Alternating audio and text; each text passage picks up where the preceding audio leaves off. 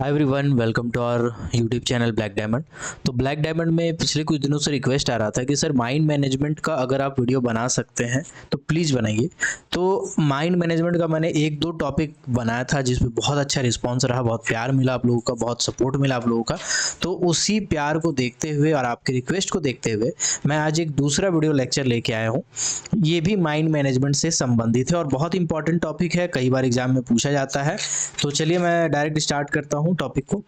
तो टॉपिक का नाम है माइंड क्लोजर प्लान।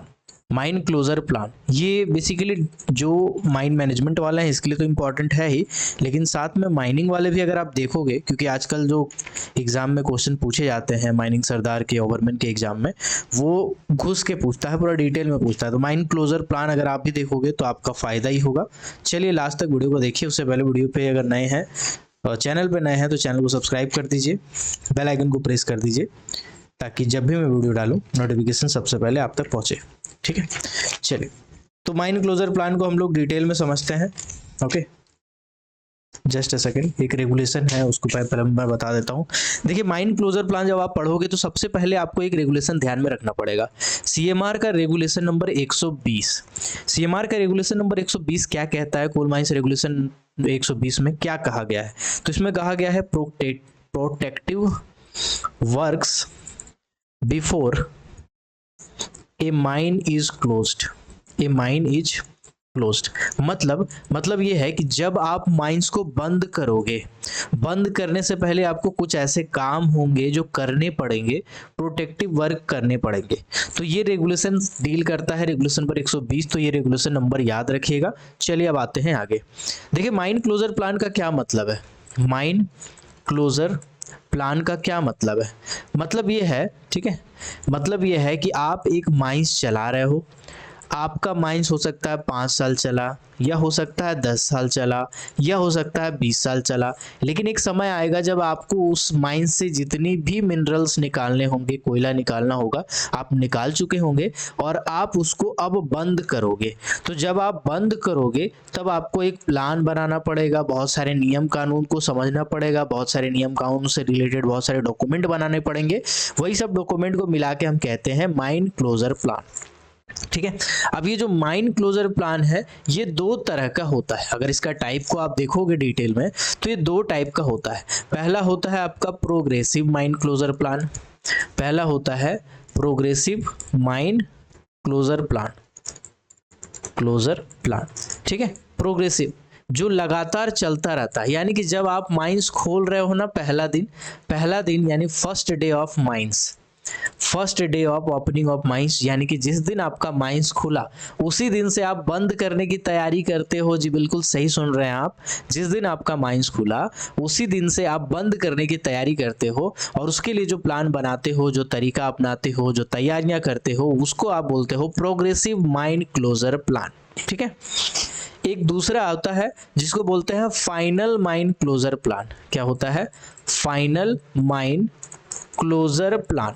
ठीक है, फाइनल माइंड क्लोजर प्लान में क्या होता है? मान के चलिए आपने माइंस चला लिया, अब आपका माइंस बंद हो जाए तो आपको दिक्कत नहीं है, अब आप माइंस चाहते हो कि बंद कर दे। ठीक है, तो आप जब बंद करना चाहते हो उसके 9 मंथ पहले से, ठीक है, 9 मंथ, कम से कम 9 मंथ पहले आप क्या करते हो? फाइनल माइंड क्लोजर प्लान बनाते हो। तो सबसे पहला सवाल तो ये पूछा जा सकता है आपसे माइंड क्लोजर प्लान में कि प्रोग्रेसिव माइंड क्लोजर प्लान कब बनाते हो? तो फर्स्ट डे ऑफ ओपनिंग, यानी जिस दिन आपका माइंस खुला है उस दिन आपको बनाना पड़ता है प्रोग्रेसिव माइंड प्लान। उस दिन से आप तैयारी करते हो माइंस को बंद करने का। और फाइनल माइंड क्लोजर प्लान कब बनाना पड़ते हो? तो आपने जैसे मान के चलिए डिसाइड किया कि 1 अप्रैल 2000, नहीं अप्रैल नहीं लेते हैं, मैं ऐसा करता हूँ, मार्च अप्रैल मई जून जुलाई सितंबर, ठीक है, मान के चलिए आप ऐसा तैयारी कर रहे हैं कि अक्टूबर का 1 तारीख को 2025 में हमारा माइंस बंद हो जाएगा। तो इससे कम से कम 9 महीना पहले, यानी कि 1 जनवरी 2025 को आपको फाइनल माइंड क्लोजर प्लान बना के सबमिट करना पड़ेगा।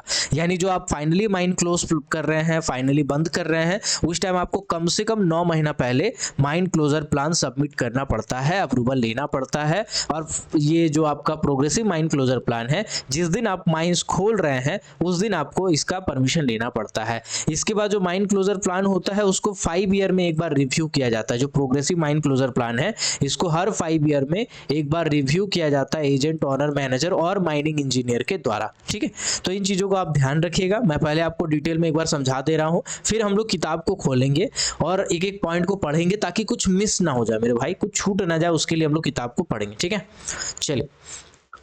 तो माइन क्लोजर प्लान के बारे में आपने क्या सुना? माइन क्लोजर प्लान माइंस खोलने से पहले हम बनाते हैं, 2 टाइप के होते हैं, progressive mine closure plan, final mine closure plan. Progressive mine closure plan first day of mining से हम लोग स्टार्ट करते हैं। हर 5 साल में इसका रिव्यू किया जाता है एजेंट, ऑनर, मैनेजर और माइनिंग इंजीनियर के द्वारा। फाइनल माइन क्लोजर प्लान बनाया जाता है जिस दिन हम माइंस बंद करना चाहते हो, प्रोपोज डेट से 9 महीना पहले कम से कम हमको बनाना पड़ता है। यहाँ तक आपका आई होप क्लियर हो गया होगा। इसके बाद जब भी हम बनाएं, चलिए दोनों में से कोई भी अगर हम माइन क्लोजर प्लान बनाते हैं, दोनों में से कोई भी माइन क्लोजर प्लान बनाते हैं, तो वो माइन क्लोजर प्लान बनाने से पहले हमको कुछ चीज़ें देखनी पड़ती हैं। जैसे उस माइंस को हम जब चलाएंगे, ठीक है, माइंड आउट लैंड, यानी कि जहाँ से हम माइनिंग कर लिए उस ज़मीन का क्या होगा, उस ज़मीन को हम कैसे रीस्टोर करेंगे। तो इस ज़मीन को कैसे रीस्टोर करेंगे हमको ये चीज़ें भी बताना पड़ता है ताकि हम उसका फ्यूचर में इस्तेमाल कर सके। यानी जिस ज़मीन से, जैसे ओपन कास्ट माइंस है, उसको हम चला रहे हैं, चलाने के बाद उससे जितना मिनरल और कोयला वगैरह निकालना था निकाल लिए। अब हम उसको बैक फिलिंग करेंगे, रिक्लेमेशन करेंगे, भर देंगे पूरी तरह से, फिर उसके ऊपर में टॉप सेल का लेयर डालेंगे, फिर उसमें मिट्टी लगाएंगे, फिर पेड़ लगाएंगे, फिर जंगल उगाएंगे। तो ये सब जो आप कर रहे हो, तो ये क्यों कर रहे हो? रीस्टोर द फ्यूचर यूज, मतलब रीस्टोर करने के लिए ताकि फ्यूचर में हम उसका इस्तेमाल कर सके, है ना। माइंड आउट लैंड हो गया। इसके बाद हमको क्या करना पड़ता है? वाटर क्वालिटी का मैनेजमेंट करना पड़ता है। वाटर क्वालिटी को लेके आपने क्या मैनेजमेंट किया उसके बारे में भी हमें बताना पड़ता है डिटेल में क्लोजर प्लान में, जिसमें वाटर क्वालिटी के मेजरमेंट हम बताते हैं कि हमारा वाटर का क्वालिटी कैसा रहेगा, क्वांटिटी कैसा रहेगा, इसमें इरोजन कहाँ से होगा, सेडिमेंटेशन कहाँ से होगा, सिल्टेशन तो नहीं हो रहा, वाटर ट्रीटमेंट के लिए हम क्या कर रहे हैं, डाइवर्जन कैसे कर रहे हैं, अगर कोई नदी है, नाला है, अगर माइन एरिया की तरफ आ रहा है तो उसको हम डाइवर्ट कैसे कर रहे हैं, किधर की ओर डाइवर्ट कर रहे हैं, उससे हमारा क्या नुकसान है, उससे हमारा क्या फायदा है, क्वालिटी क्या होगा पानी का, क्वांटिटी क्या होगा पानी का, अगर एसीडी माइन ड्रेनेज है, एएमडी, जिसके बारे में हम प्रीवियस क्लास, मतलब पहले मैं वीडियो लेक्चर बना चुका हूं, आप जाकर अगर चैनल में चेक करोगे दुनिया भर का लेक्चर आपको मिल जाएगा उसमें। ठीक है, just a second, wait for a moment. Okay, हाँ चलिए, और रिकॉर्डिंग ऑन है, मुझे लगा कहीं पोपट तो नहीं हो गया कि रिकॉर्डिंग ऑन नहीं की और बके जा रहे। ठीक है, तो वाटर क्वालिटी मैनेजमेंट भी आपको करना पड़ता है। वाटर क्वालिटी मैनेजमेंट के साथ साथ अब आपको एक और करना पड़ता है, air quality measurement. Air quality को लेके आप क्या मैनेजमेंट करोगे उसके बारे में भी आपको माइन क्लोजर प्लान में बताना पड़ता है। ठीक है, जैसा एग्जिस्टिंग वाटर, वहाँ पे हवा का क्या क्वालिटी है, जो अगर कुछ खराब हो रहा है तो उसको लेके आप क्या सुधार सकते हो। अब एयर क्वालिटी मैनेजमेंट के बाद कुछ कुछ चीज़ें आती है, जैसे वेस्ट मैनेजमेंट। ठीक है, वेस्ट मैनेजमेंट। वेस्ट मैनेजमेंट क्या होता है? आप माइनिंग करोगे तो कुछ ना कुछ आपका कचरा निकलेगा, जैसे मिनरल का रिजेक्ट हो गया। ठीक है, मिनरल का जो रिजेक्ट है, जो आपका ओवरबर्डन है, जो आपके काम का नहीं है, उसको लेके आप क्या करोगे। बहुत सारे ट्रेलिंग होते हैं, ट्रेलिंग मतलब जो टॉक्सिक चीज़ें होती है ना, वेल्डिंग होने के बाद जो निकलती है। ठीक है, तो वो सब जो टॉक्सिक चीज़ें हैं उसका आप कैसे मैनेजमेंट करोगे। बहुत सारा वेस्ट निकलता है, अगर आप देखोगे तो बहुत सारा जो वेस्ट होता है उसको आप कैसे मैनेज करोगे माइनिंग में। इसके बाद आपका आता है टॉप सॉइल का मैनेजमेंट, जो आप माइनिंग करने वाले हो। ठीक है, मैं आपको दिखा देता हूँ, जस्ट अ सेकेंड। जैसे फॉर एग्जांपल आप माइनिंग करने वाले हो, तो ये आपका सरफेस है, सरफेस से कुछ दूरी तक ओवरबर्डन था। इसके बाद आप कोयला निकाले, तो ओवरबर्डन में सरफेस में सबसे ऊपर में हमारा टॉप सॉइल होता है। टॉप सॉइल क्या होता है? टॉप सॉइल में हमारा ह्यूमस भी आता है। ह्यूमस क्या होता है मैं आपको समझाता हूँ। इसके बाद हमारा सैंड पार्टिकल भी होते हैं। ठीक है, फिर हमारा सॉइल के पार्टिकल भी होते हैं, सॉइल के ग्रैनुअल्स भी होते हैं। ठीक है, और इसके बाद ये सब मिलके हमारा एक उपजाऊ मिट्टी बनता है। अब ये क्या होता है मैं आपको समझाता हूँ। मान के चलिए कि एक पेड़ है, ये पेड़ का पत्ता टूट टूट के गिर रहा है और जहाँ पे पेड़ है उसके आसपास में उसका पत्ता जमीन के ऊपर एक पतला लेयर बना लिया। जो पत्ता है, लीव्स है ना, जो पेड़ का लीव्स है, वो लीव्स एक पतला लेयर बना लिया है। अब लेयर बनाने के बाद धीरे धीरे वो सड़ रहा है, गल रहा है, तो उसको क्या बोलेंगे? उसको बोलेंगे ह्यूमस। क्या बोलेंगे उसको? ह्यूमस बोलेंगे। ये बहुत उपजाऊ होता है। इस ह्यूमस को हम ऐसे ही बर्बाद नहीं कर सकते, ये बहुत उपजाऊ होता है, मिट्टी को, उर्वरा शक्ति को बढ़ाने में मदद करता है। इसके बाद हमारे बहुत सारे छोटे छोटे सैंड के पार्टिकल होते हैं, हमारे सॉइल के पार्टिकल पार्टिकल होते हैं और बहुत सारे बैक्टीरिया होते हैं। ये सभी के सभी हमारे मिट्टी के लिए बहुत महत्वपूर्ण होते हैं। जिन मिट्टी में जल्दी चींटी लगता है, समझ के चला जाता है कि वो मिट्टी ज़्यादा अच्छा उपजाऊ मिट्टी होता है। तो ये जो आप ऊपर का लेयर है, जनरली क्या होता है, जनरली 3 मीटर तक का हमारा टॉप सॉइल पाया जाता है माइंस में। तो ये जो ऊपर का लेयर है, उस लेयर को उखाड़ के हम एक अलग जगह पे रखते हैं। जहां भी हम ओवरबर्डन को वहां से निकालेंगे, हम क्या करेंगे, हम लेयर को एक अलग जगह पे जमा करके रखेंगे। मान के चलिए एक अलग जगह पे जमा करके रखें और इसके ऊपर में एक बड़ा सा बोर्ड लगा देंगे ग्रीन कलर का, और उसमें लिखा रहेगा टॉप सॉइल। क्या लिखा रहेगा, टॉप सॉइल, ताकि गलती से कोई आदमी इसको उठा ना ले। ठीक है, गलती से कोई आदमी उसको उठा ना ले। टॉप सॉइल जो बोर्ड हम लगाते हैं, उस बोर्ड का कलर ग्रीन होता है। उसमें बेसिकली टॉप सॉइल लिखा रहता है। और टॉप सॉइल का अगर हम थिकनेस की बात करें तो थिकनेस जनरली 3 मीटर तक होता है। ये सब आपको कोई किताब में नहीं मिलेगा, खोजते रहिए आप। चलिए बढ़ते हैं आगे। तो हमने आपको क्या बताया, हमने आपको बताया क्लोजर प्लान जब आप बनाते हो तो आपको बहुत सारी चीजें दिखानी पड़ती है कि माइंड आउट लैंड का आप क्या करोगे, कैसे उसको रिस्टोर करोगे, रिहेबिलिटेशन कैसे कराओगे, वहां पे वाटर क्वालिटी मैनेजमेंट कैसे करोगे, जो पानी आप गंदा किए हो, है ना, इरोजन से, वेदरिंग से, सिल्टेशन से, ट्रीटमेंट पानी का किए हो कि नहीं किए हो, पानी का अगर कोई कोर्स आ रहा है, जैसे कोई नदी आ रहा है आपके माइंस की तरफ, तो आप क्या किए, डैम में बना के, चेक डैम बना के उस नदी को डाइवर्ट कर दिए। तो उसको डाइवर्ट कैसे करेंगे, है ना, उसको लेके क्या मेजर लेंगे ताकि पानी का क्वांटिटी और क्वालिटी दोनों सुधरा रहे। इसी तरह से हवा को लेके आप क्या उपाय करेंगे, हवा का, फिर वेस्ट मैनेजमेंट को लेके क्या उपाय करोगे, फिर टॉप सॉइल का कैसे मैनेजमेंट करोगे, है ना, टॉप सॉइल को कहाँ निकाल के रखोगे, नहीं रखोगे। इसके बाद एक आता है telling dam, telling dam management, telling dam management. अब ये टेलिंग डैम क्या है मैं आपको समझाता हूँ सिंपल साधारण शब्दों में, देहाती भाषा में समझिएगा। एक ट्रक है, ठीक है, ट्रक में हमारे ग्रीस भी रहता है, ऑयल भी रहता है, ठीक है, ट्रक में हम वेल्डिंग भी करते हैं, ठीक है, ट्रक में बहुत सारे टॉक्सिक केमिकल भी डाले जाते हैं बहुत जगह पे, उसमें हाइड्रोलिक भरे जाते हैं, ट्रक में हमारा डीजल भी होता है। तो ये सब जब मिल जाता है ना भैया, और साथ में तो ट्रक का वेस्ट है, जैसे फिल्टर निकाले फेंक दिए, ट्रक का कोई पार्ट निकाले खराब था फेंक दिए, ठीक है, तो ये सब मिल के बनाता है हमारा ट्रेलिंग। क्या बनाता है, ट्रेलिंग। अब सोचिए एक बार अगर उसमें हम पानी मिला दे, इसी ट्रेलिंग में अगर हम पानी मिला दे, पानी बहा दे, और वही पानी एक गिलास में भर के दे किसी आदमी को पीने, तो क्या होगा, वो आदमी मर जाएगा सर, क्योंकि ये टॉक्सिक हो जाता है। ये इतने सारे केमिकल्स मिलते हैं इसमें कि वो टॉक्सिक हो जाता है। तो ये जितने भी मलबे आप देख रहे हो, इन मलबों को आप कहाँ फेंकोगे भैया, इसको कहीं अलग जगह डंप करना पड़ेगा। अब जहाँ पे आप डंप कर रहे हो, अगर वहां से पानी बहता है और वही पानी जाके अगल बगल का तालाब में, नदी में कहीं जाके मिल जाता है, तो वहां की मछलियों का क्या होगा, वहां जो लोग पानी पीता है उसका क्या होगा। तो इसका मैनेजमेंट कैसे करोगे भैया, इसका उपाय तो आपको बताना पड़ेगा ना, तो ये भी आपको बताना पड़ेगा। Trailing dam management, telling dam management, याद रखिएगा ये सब शब्द आपके माइंड क्लोजर प्लान में आते हैं। इसके बाद आता है इंफ्रास्ट्रक्चर, इंफ्रास्ट्रक्चर, ठीक है। इंफ्रास्ट्रक्चर में क्या होता है, देखिए आप माइनिंग कर रहे थे तो आपने बहुत सारा रोड बनाया, है ना, आपने कन्वेयर बेल्ट लगाया, वहां पे आपने डेवलपमेंट तो किया। अगर कोई भी कंपनी कहीं पे माइनिंग कर रही है या कोई भी माइनिंग के लिए आती है कंपनी, तो उसके आसपास का पूरा एरिया चमक जाता है भैया, चमक दमक हो जाता है, क्योंकि वहां पे रोड बनते हैं, कन्वेयर बेल्ट बनते हैं, रेलवे के लाइन बिछते हैं, ठीक है, बहुत सारे जगह पे तो रोपवे लगते हैं, एरियल रोपवे लगते हैं, बहुत सारे बिल्डिंग्स बनते हैं, स्ट्रक्चर बनते हैं, ठीक है, बहुत सारे मशीनरी जाती है, कमीशनिंग होती है, उसका डीकमीशनिंग होती है। मतलब दूर से देखेंगे तो लाइट ही लाइट दिखेगा रात का टाइम, रात में देखोगे लगेगा कोई बड़ा सा शहर है, ठीक है, तो ऐसा स्ट्रक्चर हो जाता है। तो इस इंफ्रास्ट्रक्चर का आप क्या करोगे, ऐसा तो नहीं आप माइंस लेके जाओगे फिर रोड खोद लोगे, क्या करोगे फिर, उसका कैसे उपाय करोगे। जो आप इलेक्ट्रिसिटी प्रोवाइड करा रहे थे फ्री में, गैस का पाइपलाइन वगैरह, तो उसको आप कैसे रिस्टोर करोगे, इन सबको रिस्टोर करोगे आप। ऐसा नहीं कि आपका माइंस चला जाएगा तो आपको फिर मतलब ही नहीं इन चीजों से, आपको रिस्टोर करके जाना पड़ेगा, ठीक है। ऐसा नहीं कि जो आपका इंफ्रास्ट्रक्चर पूरी तरह से नोच नाच के बस डैमेज करके चल दिए, नहीं, ऐसा नहीं, उसको आपको ठीक करना पड़ेगा। इसके बाद होता है disposal of mine machinery, disposal of mining machinery. इसको लेके बहुत बार दुर्घटना होता है, तो इसको थोड़ा ध्यान से देखिएगा। अभी मान के चलिए कि किसी जगह एक माइंस चला, ओपन कास्ट माइंस था, उसने क्या किया, रिहेबिलिटेशन एंड रीसेटलमेंट किया, मतलब जमीन उमीन को पूरा अच्छे से भर भूर के छोड़ दिया, ठीक है।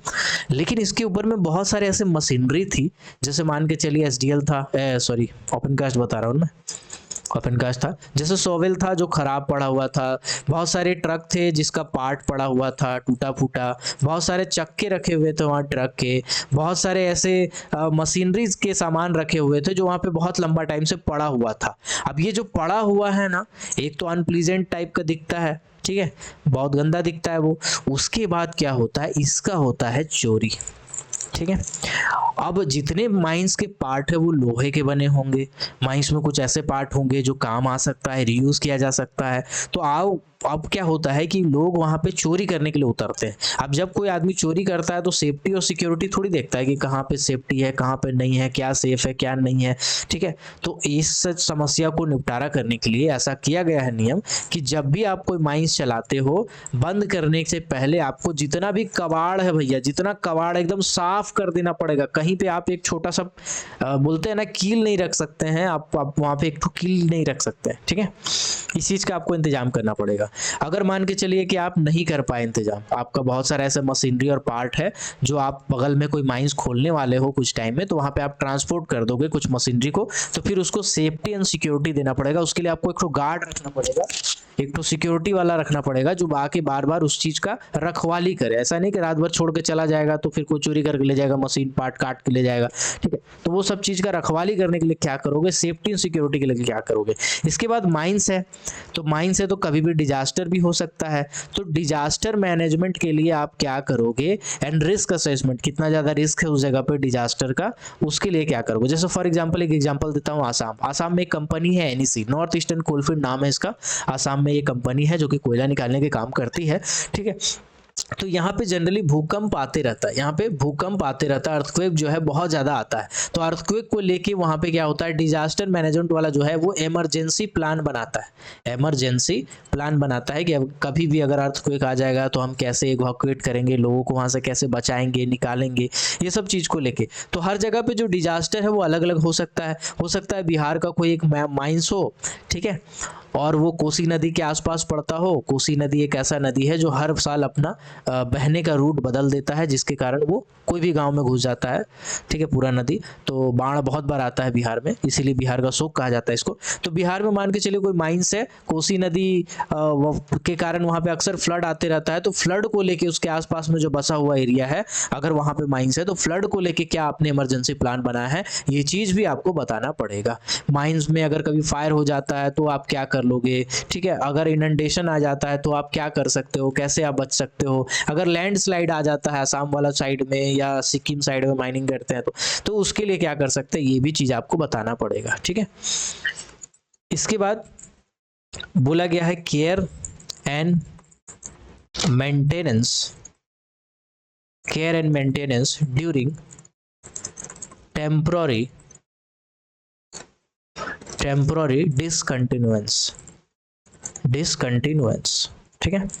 मतलब जब आप टेम्पोररी टाइम के लिए बंद कर रहे हो माइंस को, अभी लंबा टाइम के लिए बंद नहीं है, टेम्पोररी टाइम के लिए बंद है, तो उस केस में आप उसका कैसे केयर एंड मेंटेनेंस करोगे, इस चीज के बारे में भी आपको बताना पड़ेगा, ठीक है। जब भी कभी माइन प्लान बनता है, जैसे कि मैंने बताया था कि हर 5 साल में उसका रिव्यू किया जाता है। जो प्रोग्रेसिव माइन प्लान होता है वो हर 5 साल में उसका रिव्यू किया जाता है और रिव्यू हमें ऊपर भेजना पड़ता है, ठीक है। यहां तक आई होप आपका क्लियर हो गया होगा यहाँ तक। चलिए एक बार हम किताब खोलते हैं और देखते हैं कि कुछ पॉइंट तो मिस नहीं हो गया, एक बार हम लोग ध्यान से देख लेते हैं, ठीक है।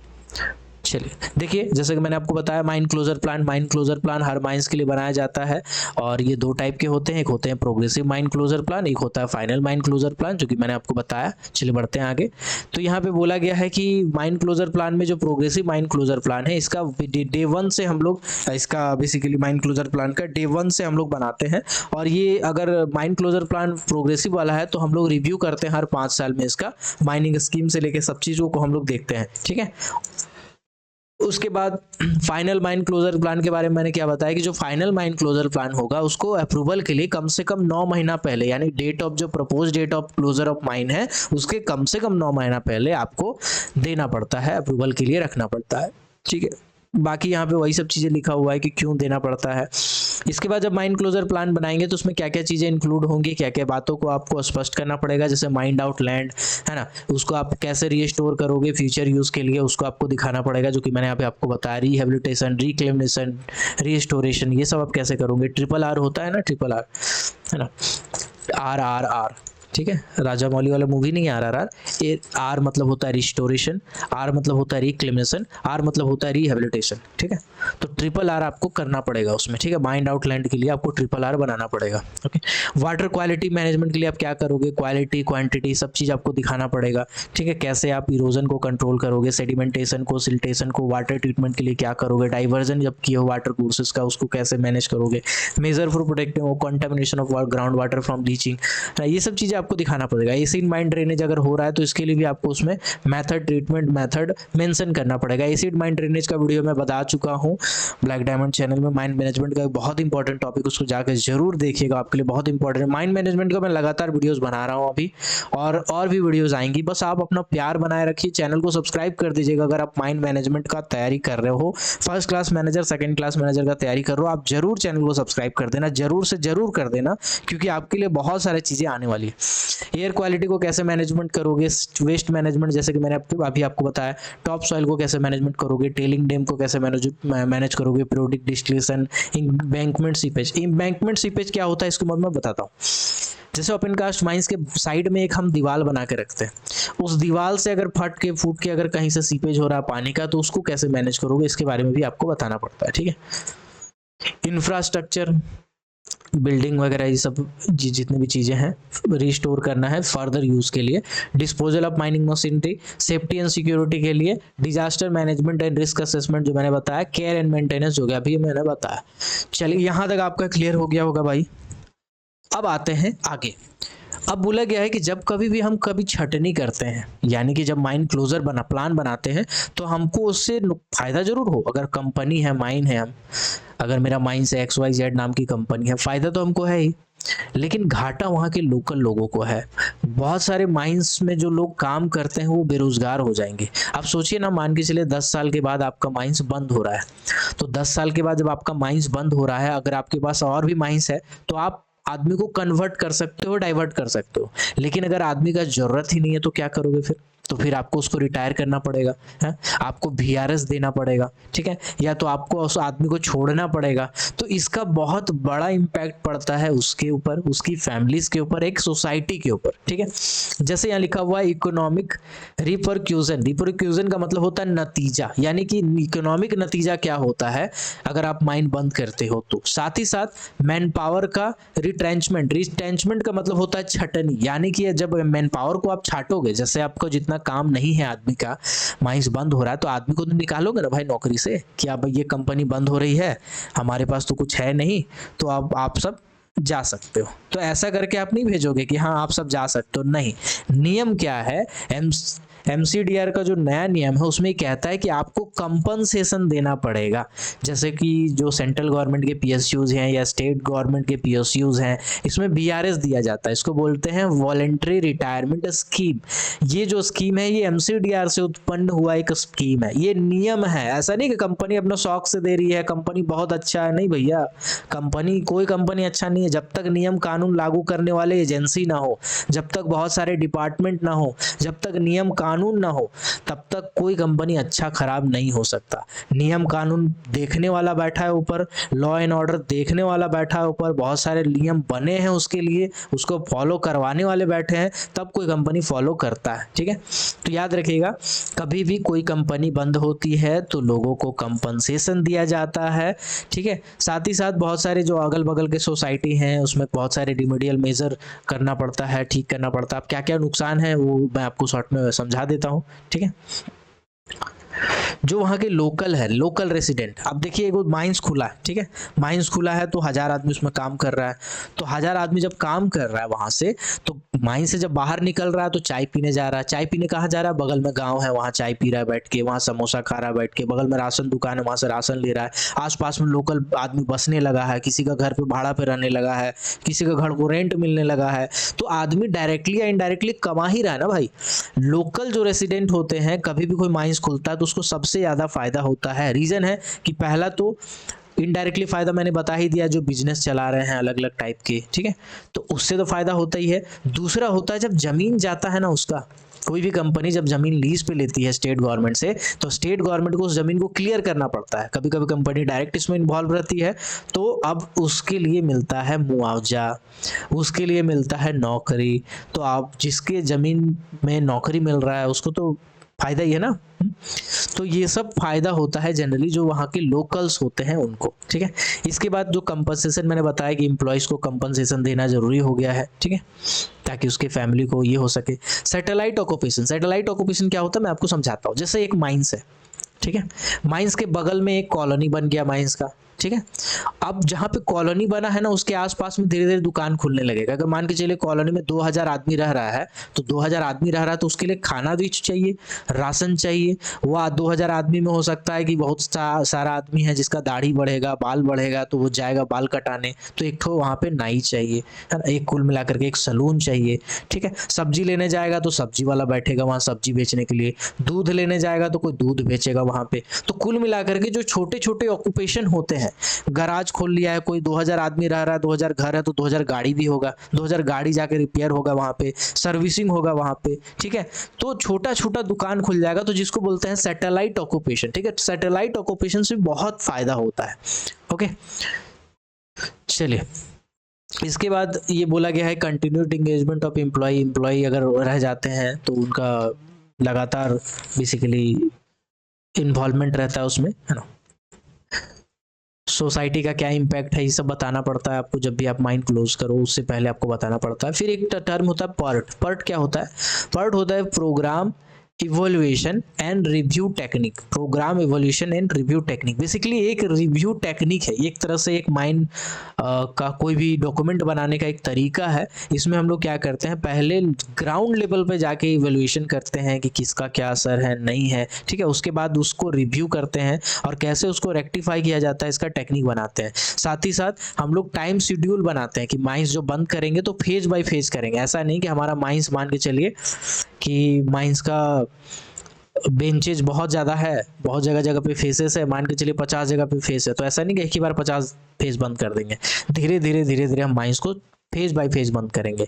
हो सकता है 50 आदमी को हम पहले निकालेंगे रिटायरमेंट देके, फिर उसके बाद हम 50 आदमी को अगला साल निकालेंगे, फिर 20 आदमी को अगला साल निकालेंगे, फिर 50 आदमी को अगला साल निकालेंगे। ऐसा कर करके धीरे धीरे सबको BRS देते सबको एक बार में सेट, मतलब एक बार में नहीं कर सकते, धीरे धीरे करके हमको फेज बाय फेज करना पड़ता है। तो वही बोला गया है टाइम शेड्यूलिंग एंड अमेंडमेंट, ठीक है। अमेंडमेंट का खर्चा, इस खर्चा को भी हमको देखना पड़ेगा। ऐसा नहीं कि हम खर्चा भी तो देखना पड़ेगा, बंद कर रहे हैं तो उसके लिए हम आदमी को नौकरी दे रहे हैं, सब दे रहे हैं, सुविधा दे रहे हैं, तो उसके लिए भी तो खर्चा है। फिर बोला गया फाइनेंशियल एश्योरेंस। अब ये जो चीज है इसको समझाता हूँ मैं। एश्योरेंस का मतलब होता है बीमा, ठीक है, बीमा। तो मिनरल कंजर्वेशन डेवलपमेंट रूल्स 2003 में जो बना है, बाद में इसको अमेंडमेंट भी किया गया है।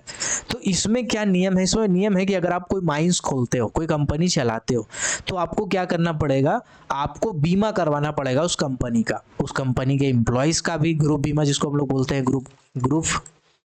ग्रुप इंश्योरेंस जिसको बोलते हैं। इसमें क्या होता है, अगर मान के चलिए कोई आदमी का चोट लग गया, कोई आदमी मर गया, डिगी हो गया, तो उस केस में बीमा कंपनी उसको फिर जो कंपनसेशन होती है वो देती है। इसी तरह से मशीनरीज का बीमा होता है, माइंस का बीमा होता है, ऑफिस का बीमा होता है, बिल्डिंग का बीमा होता है, इंफ्रास्ट्रक्चर का बीमा होता है। तो इस टाइप के बीमा जनरली कंपनी करा के रखती है, ताकि ऐसा हो कि भगवान ना करे, लेकिन किसी माइंस में मान के चलिए दंगा फसाद हो गया जात पात को लेके, तो माइंस के लोग भड़क गए और जाके सीधा माइंस में के ऑफिस में, इंफ्रास्ट्रक्चर में आग लगा दिए, तोड़फोड़ कर दिए, तो कंपनी को तो नुकसान है ना, उसमें कंपनी को तो बहुत बड़ा नुकसान है। माइंस कंपनी तो बंद हो ही जाएगा, लेकिन साथ में उसको नुकसान है, तो वो जो इकोनॉमिकल नुकसान है वो कंपनी को ना हो, इसके लिए एक इंश्योरेंस दिया गया है। इंश्योरेंस यानी बीमा दिया गया है, ठीक है। तो ये कब से लागू हुआ है? ये basically mineral conservation and development amendment rules 2003 में ये लागू हुआ है, एश्योरेंस वाला, बीमा वाला, ठीक है। चलिए अब बढ़ते हैं आगे। अब इसमें बहुत सारे सर्टिफिकेट होते हैं जो लेना पड़ता है, ठीक है।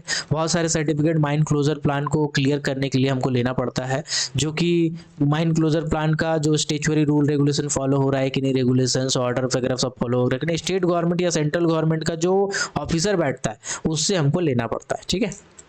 प्लान सेक्शन जो हम बनाते हैं उसको भी अटैच करना पड़ता है। अब बोला गया submission of progressive mine closure plan. जब हम प्रोग्रेसिव माइन क्लोजर प्लान बना के जमा करते हैं तो हमको फिर किन किन बातों का ध्यान रखना पड़ता है, किसके किसके पास करते हैं, क्या प्रोसेस है, वो बताया गया। सबसे पहले बोला गया है कि माइन क्लोजर प्लान आखिर जमा कौन करेगा, तो याद रखिएगा ऑनर, एजेंट, मैनेजर और माइनिंग इंजीनियर। ठीक है, और माइनिंग इंजीनियर, बहुत सारी कंपनी माइनिंग इंजीनियर रखता है। तो एजेंट, ऑनर और मैनेजर और माइनिंग इंजीनियर ये माइन क्लोजर प्लान जमा करता है। और ये किसके पास जमा करता है, जो रीजनल कंट्रोलर ऑफ माइंस है या कोई ऑफिसर, या तो रीजनल कंट्रोलर ऑफ माइंस हम अलग से अपॉइंट करके रखते हैं, मतलब सेंट्रल गवर्नमेंट, या हम क्या करेंगे जो स्टेट गवर्नमेंट का ऑफिसर है जिसको इस काम के लिए रखा है उसके पास हम जमा कर सकते हैं। ठीक है, अब हमने माइन क्लोजर प्लान जमा कर दिया। ठीक है, हमने माइन क्लोजर प्लान जमा कर दिया, प्रोग्रेसिव माइन क्लोजर प्लान हमने जमा किया। जमा करने के 180 दिन के अंदर, ठीक है, बेसिकली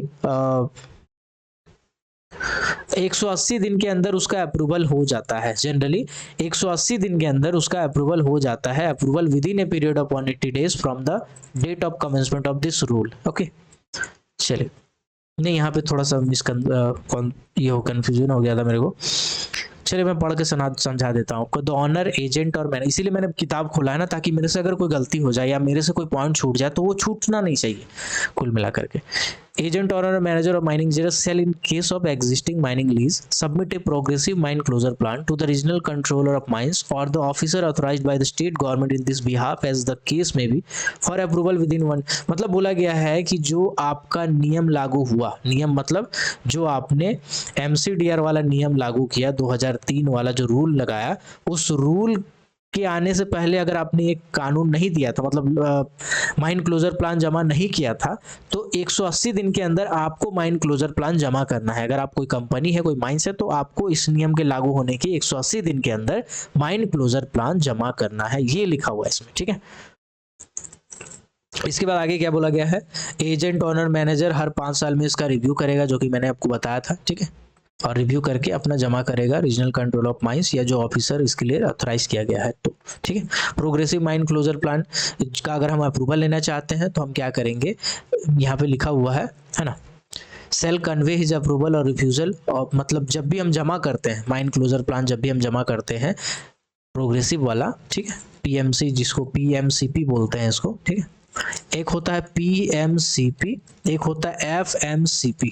P मतलब हो गया progressive mine closure plan, FMCC मतलब हो गया फाइनल माइन क्लोजर प्लान। तो ये दोनों चीजों को ध्यान रखेंगे। प्रोग्रेसिव माइन क्लोजर प्लान जब हमारा पहला दिन होता है माइंस का, तब हम जमा करते हैं, और जमा करने के 90 दिन के अंदर 90 डेज के अंदर हमको अप्रूवल मिलता है।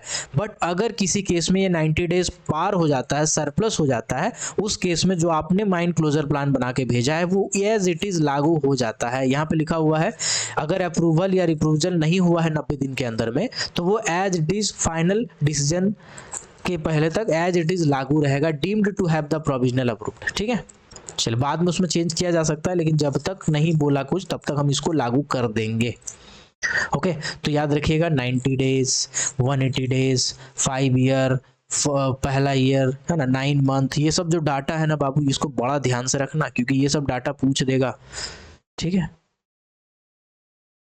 Submission of mine closure plan progressive वाला था, अब ये फाइनल वाला लिखा हुआ है। ठीक है, चलिए फाइनल वाला पढ़ लेते हैं। बोला गया द ऑनर, एजेंट, मैनेजर जब फाइनल वाला होता है 1 साल पहले हमको जमा करना पड़ता है, ओके, फॉर अप्रूवल, और माइन क्लोजर प्लान हमको 1 साल पहले जमा करना पड़ता है। ठीक है, और जमा करने के 90 दिन के अंदर में हमारा रिसिप्ट होता है। यहाँ पे एक मिसकंफ्यूजन ये हो रहा है कि 9 मंथ जो मैंने आपको बताया था वो वाला भी इसी किताब में लिखा है और 1 ईयर भी इसी किताब में लिखा है, तो आपको ये दोनों ऑप्शन ध्यान में रखना पड़ेगा। ठीक है, 1 मंथ भी लिखा है, 1 मंथ पहले हम जमा करते हैं, और 9 मंथ भी लिखा है, 1 ईयर भी लिखा है और 9 मंथ भी लिखा है। तो ये दोनों डाटा को ध्यान रखिएगा, अगर ऑप्शन में देता है तो फिर आपको टिक करना पड़ेगा, यही किताब में लिखा है। ठीक है, PDF में भेज दूंगा अगर आप कहोगे तो टेलीग्राम चैनल पे। The regional inspector controller mines, इसके बाद बोला यही है ना, 90 डेज के अंदर अप्रूवल मिलता है, अगर नहीं मिलेगा ना अप्रूवल तो एज इट इज वो लागू हो जाएगा। यही चीजें यहाँ पे लिखी हुई है। ओके। अब guidelines for mine closure plan, जब आप बनाते हो माइन क्लोजर प्लान तो क्या क्या इंक्लूड करते हो, तो इसका इंट्रोडक्शन की लीज एरिया कितना है, लोकेशन कहाँ है, लीज एरिया कहाँ है, फॉरेस्ट कितना है, नॉन फॉरेस्ट कितना है, माइनिंग कौन सा मिनरल का आप कर रहे हो, बेसिक इंट्रोडक्शन वगैरह, क्या कारण है जिसको ऑलरेडी आप बंद कर रहे हो, स्टेचुअरी ऑब्लिगेशन मतलब मिनिस्ट्री ऑफ इन्वायरमेंट और ये सबका अगर कुछ नियम कानून आया है तो उसको भी अटैच करना पड़ता है, क्लोजर प्लान का क्या प्रिपरेशन कर रहे हो आप, माइन का क्या डिस्क्रिप्शन है, जूलॉजी से लेके रिजर्व से लेके माइनिंग मेथड कौन सा है, बेनिफिकेशन कौन सा है, तो बेसिक चीज़ें आपको इंक्लूड करनी पड़ती है। ये एक अलग बुक का था। अब एक दूसरा बुक का हम लोग देखते हैं, इसमें कुछ कुछ पॉइंट है जो आपको थोड़ा मज़ेदार लगेगा, ठीक है, थोड़ा सा आपको अलग लगेगा। चलिए यहाँ पर भी वही सब चीज़ें लिखी हुई है ना, ये लिखा हुआ है, ओके ठीक है। चलिए अब मैं आपको दिखाता हूँ, ये हो गया फाइनल। हाँ, अब मैं आपको समझाता हूँ कुछ बातें विशेष, ओके। अब यहाँ पे जो फाइनेंशियल अरेंजमेंट है इसको थोड़ा पढ़ते हैं, ये एक अलग चीजें हैं जो हम आपको समझाना चाहता हूँ। Mine closure plan now forms a part of project approval report approved by MOC. MOC का मतलब होता है मिनिस्ट्री ऑफ, एमओसी लिखा हुआ है, सॉरी माइन क्लोजर प्लान लिखा हुआ है, ठीक है ओके। MOEF&CC होता है, एमओसी नहीं होता, MOEF&CC होता है, ठीक है। Ministry of coal, sorry ministry of coal, ये कोल के लिए है, MOEF&CC एक तो ये हो गया, और MOC ये लिखा हुआ है कोल के केस में, ठीक है। ये एलसी काकू का बुक है इसीलिए यहाँ पे कोल लिखा हुआ है, कोल वाला है ये, मिनिस्ट्री ऑफ कोल लिखा हुआ है ये। और MOEF-CC का मतलब होता है ministry of environment forest and climate change, ठीक है, ये होता है फुल फॉर्म। चाहे तो आप लिख सकते हैं ministry of environment forest and climate change, full form भी पूछा है कभी कभी। चलिए तो मैं बता रहा था आपको कि यहाँ पे बोला गया है एमओसी के द्वारा जब हम जमा करते हैं, जमा करने के बाद हमको क्या किया जाता है, कॉस्ट का एस्टिमेशन किया जाता है, एनुअल क्लोजर कॉस्ट वगैरह सब कैलकुलेट किया जाता है ना। कैसे कैलकुलेट करते हैं इसका, तो बोला गया है कि annual closure cost is calculated by dividing total cost by number of years. मान के चलिए कि साल भर का एनुअल क्लोजर कॉस्ट 5 करोड़ है, ठीक है, और हर साल आपका कितना खर्चा हो रहा है, प्रोजेक्ट का लाइफ है मान के चलिए 5 साल, तो हर साल आपका 1 करोड़ खर्चा हो रहा है, हर साल कितना हो रहा है, 1 करोड़ खर्चा हो रहा है। तो ये हो गया आपका एनुअल क्लोजर कॉस्ट। मतलब क्या है मैं आपको समझाना चाहता हूँ, समझिएगा। कहने का मतलब है, आपसे क्वेश्चन दे सकता है एनुअल क्लोजर कॉस्ट, ये कैसे निकालते हैं, तो ये सिंपल है, प्रोजेक्ट का कॉस्ट कितना है, मतलब मान के चलिए प्रोजेक्ट है आपका 200 करोड़ का, तो ये हो जाएगा 200 crore divided by number of years, मतलब कितना साल का, यू कहें लाइफ कितना है भैया प्रोजेक्ट का, मान के चलिए 20 साल है प्रोजेक्ट का लाइफ, तो क्या हो जाएगा 200 करोड़ डिवाइडेड बाय 20 ईयर, ठीक है। तो आप 0 काटोगे, इससे काटोगे 10, यानी कि 10 करोड़ आपका एनुअल क्लोजर कॉस्ट हो गया, मतलब हर साल आपका 10 करोड़ रुपया खर्चा होने वाला है। इसका हिसाब करके हम एनुअल क्लोजर कॉस्ट निकाल लिए, ठीक है। अब मजेदार चीज है जो मैं आपको बताने वाला हूँ, समझिएगा ध्यान से। अब क्या करेगा सरकार, बहुत होशियार है भैया, सरकार को आप नहीं लगा पाओगे चूना, चूना सरकार लगा रही है, आप सरकार को लगाओगे चूना। सुनिएगा ध्यान से, mine owner is required to open an escrow account. Escrow account क्या होता है, एक ऐसा खाता होता है जिसमें माइन का जो ऑनर है वो पैसा डालेगा, ठीक है, और हर साल कुछ ना कुछ अमाउंट डालेगा, उसमें डालेगा नहीं, कट के जाएगा ऑटोमेटिकली, ठीक है, शेड्यूल कर दिया जाएगा उसके बैंक से, जो माइंस का ऑनर होगा उसका जो भी खाता होगा, जैसे कंपनी का जो बैंक अकाउंट होता है, कंपनी का बैंक अकाउंट से ऑटोमेटिकली कट के एस्क्रो अकाउंट में जमा होगा पैसा हर साल, ठीक है, हर साल, with coal controllers organisation as its beneficiary on behalf of the government of India and deposit annually closure cost every year right from the first year 5 year before the scheduled closure of mining operation. The cost controller would permit the owner to withdraw money from its account proportionate to work carried out after completion of the MCP. The owner would,